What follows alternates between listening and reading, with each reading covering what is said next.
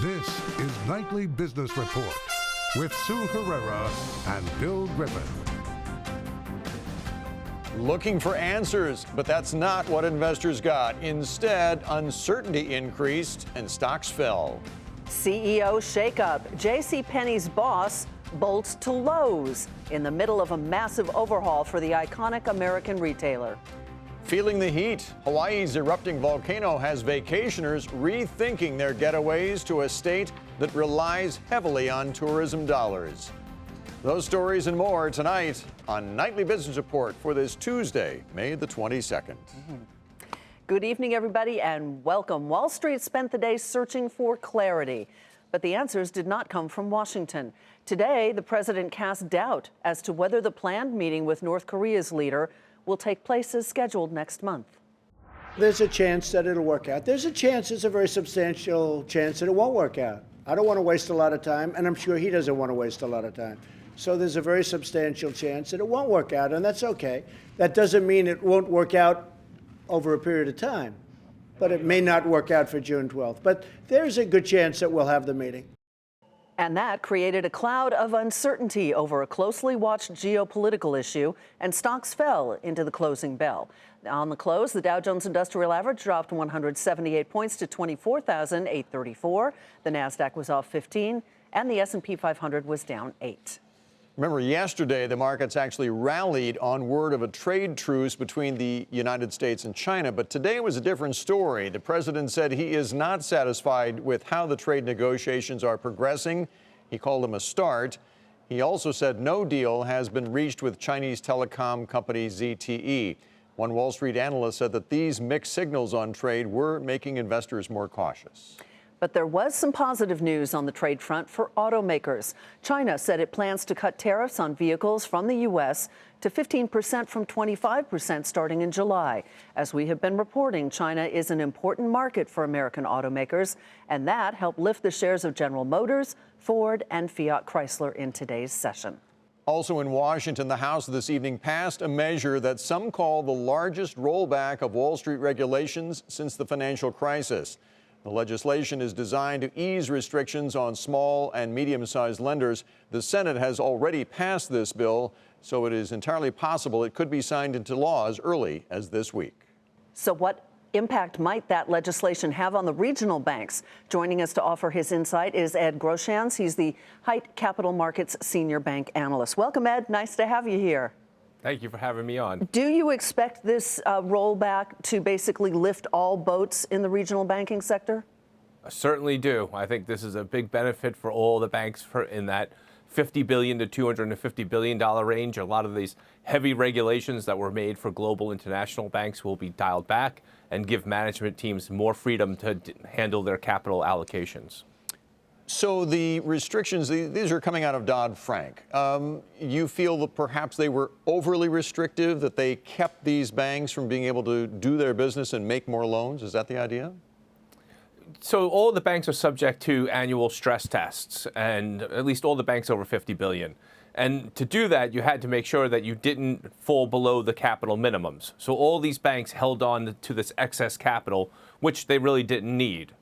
Once they become de-designated, they will not have to hold that excess capital. They could return it via buybacks, they could return it via increased dividends, or they could use it to grow their balance sheet and make more loans. Are there any risks to rolling this back, to rolling back those restrictions on the regional banks and the mid-sized banks?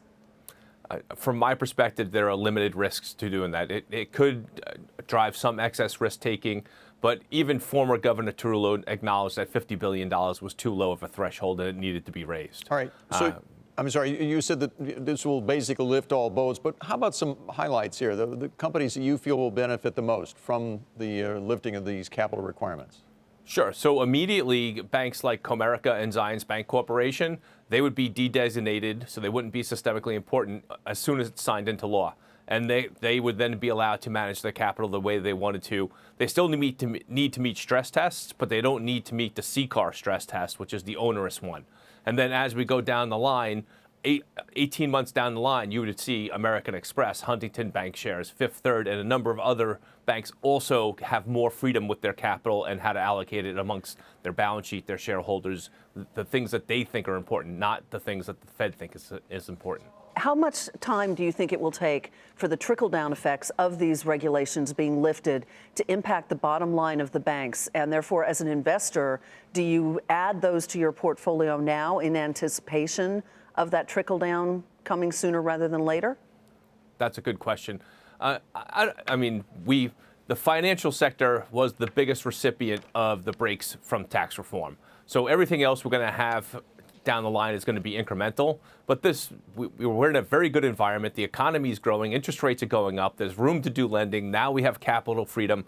I think, when you're looking at financials broadly, I would be overweight the sector and certainly looking at the regional bank space. All right. On that note, Ed, thanks so much. Ed Groshans with Hite Capital Markets. Elsewhere, JCPenney's CEO is leaving the company. Marvin Ellison's surprising exit comes just as the struggling retailer is in the middle of a massive revamp. Ellison is leaving Penny to become the next CEO of Lowe's, which itself has had a hard time keeping up with its rival Home Depot. This management shakeup sent shares of both companies down today. Courtney Reagan has more now on the CEO switcheroo. After less than 4 years with JCPenney, CEO Marvin Ellison is moving on. Ellison will take over as Lowe's CEO in July. The move surprising investors and JCPenney too. A JCPenney spokesperson tells me the company was just told days ago and didn't know about Ellison's decision when it announced earnings Thursday.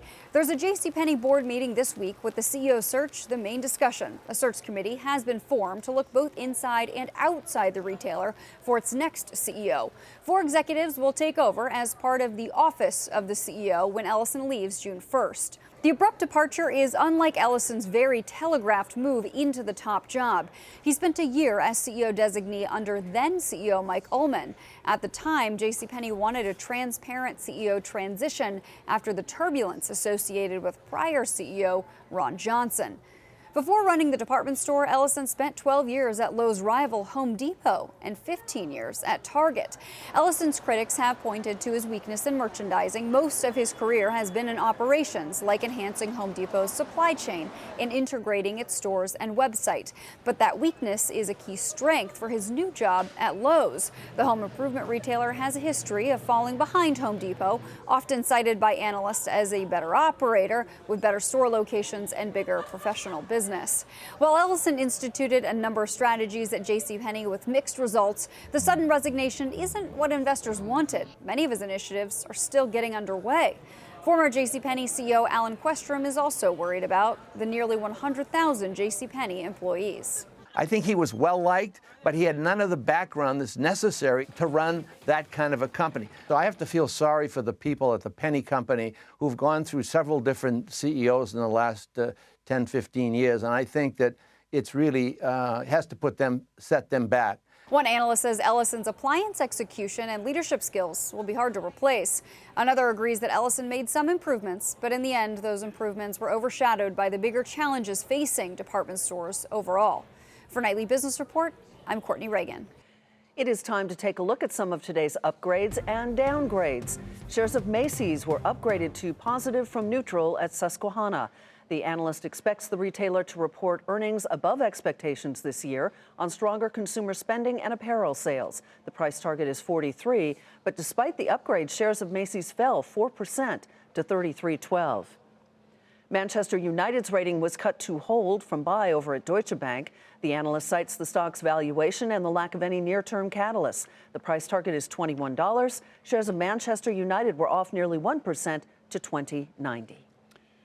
Raytheon was downgraded to neutral from outperform at Credit Suisse. In fact, the firm also cut its outlook on the whole defense hardware sector, which has been outperforming the broader market for the past 6 years.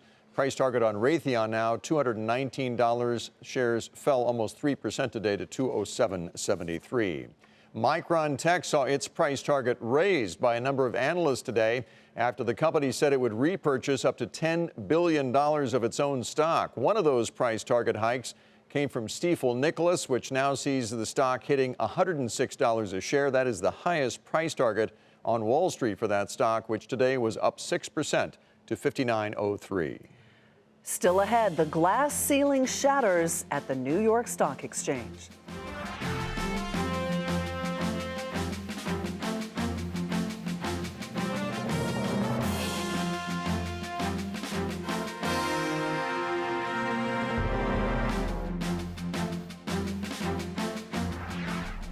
Global deal-making is happening at a record pace. The value of mergers and acquisitions has reached $2 trillion so far this year.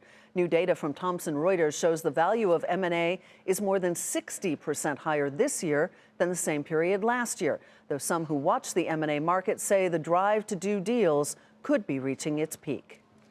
It is no secret that CEOs earn a lot more than the average worker, and a new report shows just how much. According to the AFL-CIO, average pay for chief executives in the S&P 500 was nearly $14 million last year, while the average worker earned about $38,000. The union's findings were based on publicly reported compensation data. In fact, this is the first year that businesses were required to disclose the ratio of CEO pay to median worker pay in their annual proxies. The New York Stock Exchange will have a new boss. Stacey Cunningham will be the big board's first female leader in its 226-year history, making her one of the most powerful women in global finance. Bob Pisani takes a look at who she is and the challenges facing the NYSE. The NYSE has its first woman president, Stacey Cunningham, who started as an intern right here on the trading floor in 1993. Has been named the president of the 226-year-old institution. She'll be facing a number of challenges running the NYSE. First is just getting more companies to go public. The NYSE makes a lot of money charging companies to list on their exchange, but the IPO business is smaller than it was 20 years ago. Partly it's just because of more regulation. Partly it's because private equity has thrown so much money at fast-growing startups like Uber and Airbnb that it's just easier to stay private. Her job is to convince them to go public. The second issue is fragmentation of trading. About 40% of all trading occurs off of the exchanges in so-called dark pools that don't provide displayed prices. She wants more business to come back on the exchanges, which would mean, of course, more revenue. Wall Street is often thought of as a place that employs mostly men. That's true, but it's slowly changing. In fact, the two most well-known stock exchanges in the world are now both run by women. Stacey Cunningham here at the NYSE, and Adina Friedman has been CEO of the NASDAQ for over a year. For Nightly Business Report, I'm Bob Pisani at the New York Stock Exchange. There has been a lot of talk recently about the increasing number of women who sit on corporate boards, and while some progress has been made, it has not been easy. In fact, the current shareholder battle at Destination Maternity is a good example. Leslie Picker has that story for us tonight. When it comes to bumping up the number of women directors on boards, one key hurdle remains. Many don't have prior board experience. Women currently hold about 17% of board seats among the 3,000 largest companies listed in the U.S. That is despite numerous studies which show having more diverse boards help companies outperform. That's the crux of a shareholder fight at Destination Maternity, which also owns brands like Pea in a Pod and Motherhood Maternity. Shares of the company are trading around $2.60 each. 5 years ago, they were 10 times that amount. A group of unhappy shareholders want to overthrow the current board of 3 men and 1 woman and replace it with 3 women and 1 man. Shareholders will vote tomorrow at the company's annual meeting. One of the dissident nominees, Marla Ryan, says greater female representation could help turn the company around.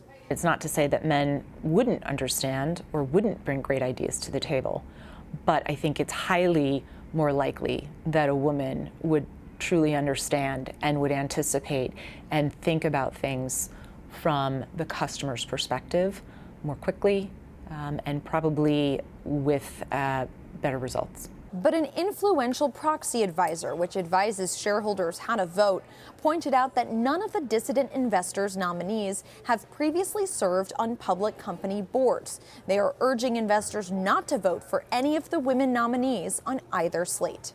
If the company's argument is this chauvinistic trope that qualified women executives cannot join a board of directors because they've never been on as a board of director person before, then this embarrassing situation in corporate America will never be remediated. Institutional Shareholder Services declined to comment beyond its report.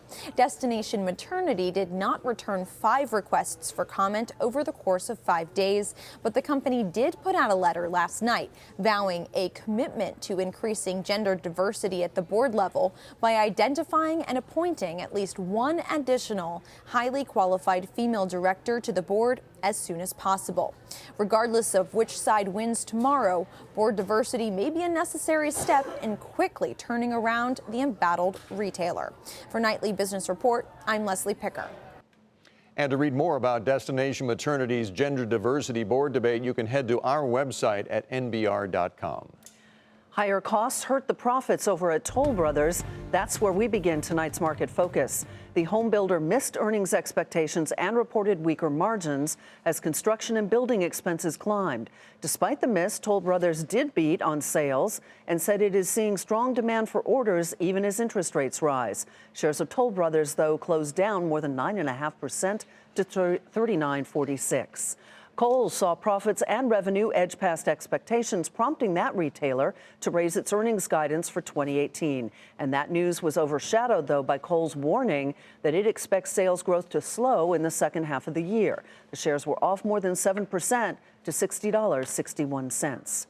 Well, more customers visited TJ Maxx and its other store brands this past quarter. The off-price retailer topped both profit and sales expectations and said it was raising its full-year earnings forecast even as it expects costs to rise. The shares finished up 3.25%. AutoZone said unseasonably cold weather this quarter caused sales to lose momentum, resulting in an overall revenue miss. The auto parts retailer topped earnings expectations, but it also warned that higher employee wages would cause costs to rise this year. And those latter comments sent shares lower by 9% to 602. Meanwhile, rival Advance Auto Parts grew profits and reported improved margins, but a decline in same-store sales caused total revenue to come up a bit short. Shares skidded 3% today to finish the day at $115.33. Telecom services provider Dycom Industries said that a decline in contract revenues caused earnings there to fall and miss street targets. The company said that the results prompted it to cut its profit and sales guidance for the full fiscal 2019. Shares of the company were down 20% as a result of that news today. And higher customer spending helped Cracker Barrel deliver an all-around solid quarter. The restaurant chain also said that it was hiking its dividend by 4% to $1.25 and added that it continues to expect same-store sales growth of between 1% and 2% this year. You got to love their turnip greens. It's my favorite. Shares were off a fraction today to $157.42. Well, a new vaccine is being put to the test. It is made by Merck. It is also experimental and it's unlicensed. And it is targeting Ebola. Meg Terrell has more. The outbreak of Ebola that began in West Africa in 2014 became the largest ever recorded. By the time it ended, it had infected more than 28,000 people and led to more than 11,000 deaths. The epidemic spurred a call to action for vaccine and drug development. And though several entered clinical trials, none were available fast enough to make a dent in that outbreak. But experimental vaccines are available now, and one is being deployed in a new outbreak in the Democratic Republic of Congo, where as of Friday, there had been 45 cases of Ebola and 25 deaths. They have also identified contacts, more than 500, around 530, I think, as we speak. And this will help us, one, for case management, and second, for the vaccination that we're planning to start on Sunday. The vaccine is being provided by American pharmaceutical giant Merck, which licensed it during the West African outbreak and took it through clinical trials. In 2015, while Ebola was still being transmitted, the vaccine was tested in a 7,500-person study in Guinea and Sierra Leone. After 10 days, nobody who received the vaccine developed Ebola, while 23 cases developed in a group that wasn't vaccinated or received the vaccine later. Johnson & Johnson and GlaxoSmithKline also developed experimental vaccines. None have yet received regulatory approval, and Merck's is being used on an experimental basis. As of Monday, Merck had provided the World Health Organization more than 8,000 doses of the vaccine, with an additional 8,000 expected this week. And there are logistical challenges. The vaccine must be kept extremely cold, at minus 80 degrees Celsius or minus 112 Fahrenheit.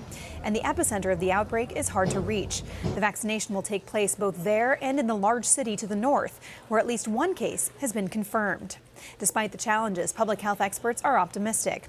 The availability of a vaccine, even experimental, is an important tool in fighting Ebola. And they say they're encouraged by the swift response to this outbreak, another change from 2014. For Nightly Business Report, I'm Meg Terrell. And coming up, are the relentless volcanic eruptions putting a multi-million-dollar dent in Hawaii's tourism industry?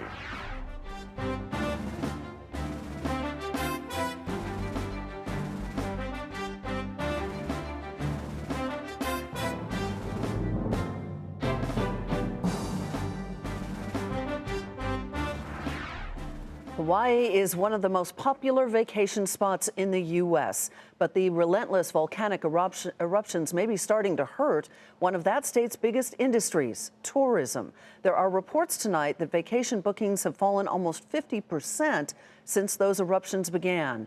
Seema Modi has the details. Explosive eruptions, plumes of ash and boulders shooting into the air. Hawaii's volcanic eruptions, which started in early May, show no signs of quieting down, pushing travelers to rethink their Hawaiian getaway. Already, two large cruise ships, Norwegian Cruise Line's Pride of America and Royal Caribbean's Radiance of Seas, skipped visits to Hilo, the Big Island's port, located about 40 miles away from Hawaii's Volcano National Park, a popular tourist destination which has been mostly shut down for several days now.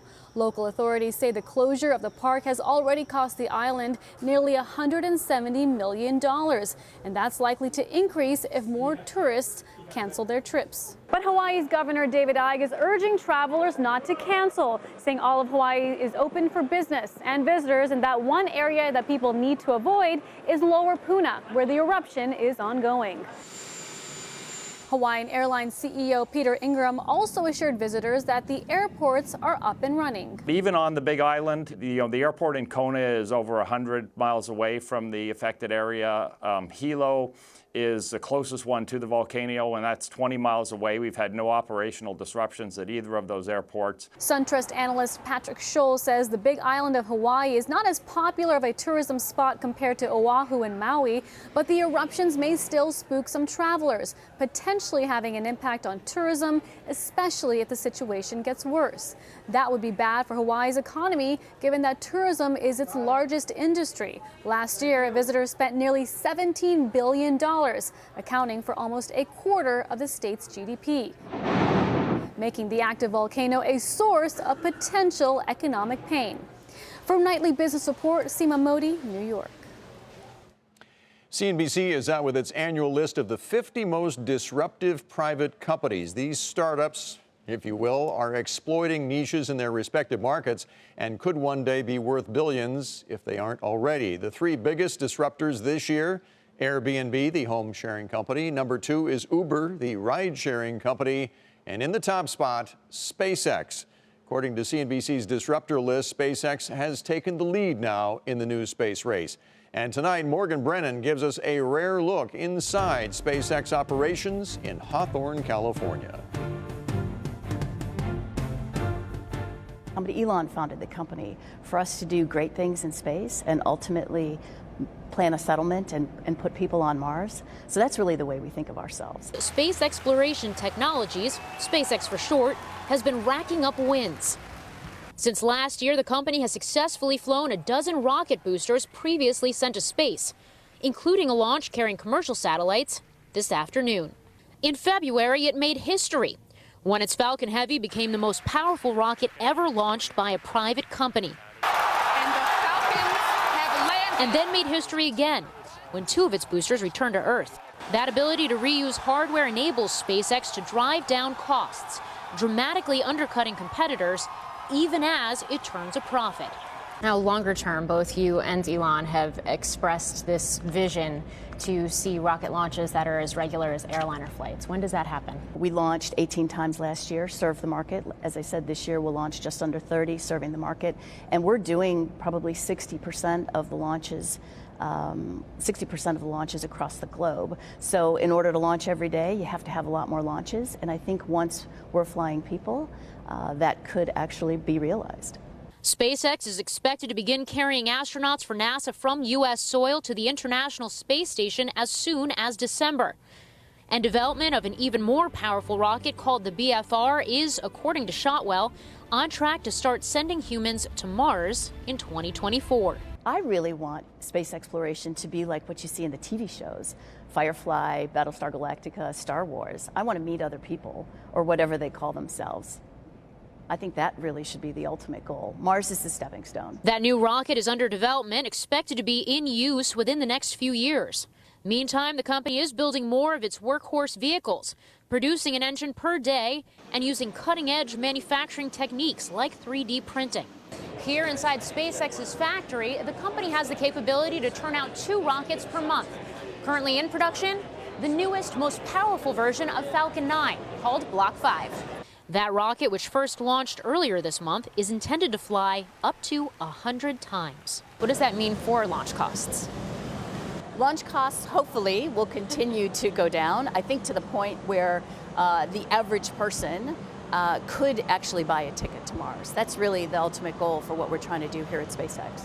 For Nightly Business Report, I'm Morgan Brennan in Hawthorne, California. I'll let Bill do that. I'm going to stay grounded right here. Before we go, here's another look at the day on Wall Street. The Dow dropped 178 points to 24,834. The Nasdaq was off 15, and the S&P 500 was down 8. Chicken. I know, I am, totally. You're the explorer. That does it for us tonight. I'm Sue Herrera. Thanks for joining us. I'm Bill Griffith. Have a wonderful evening. See you tomorrow.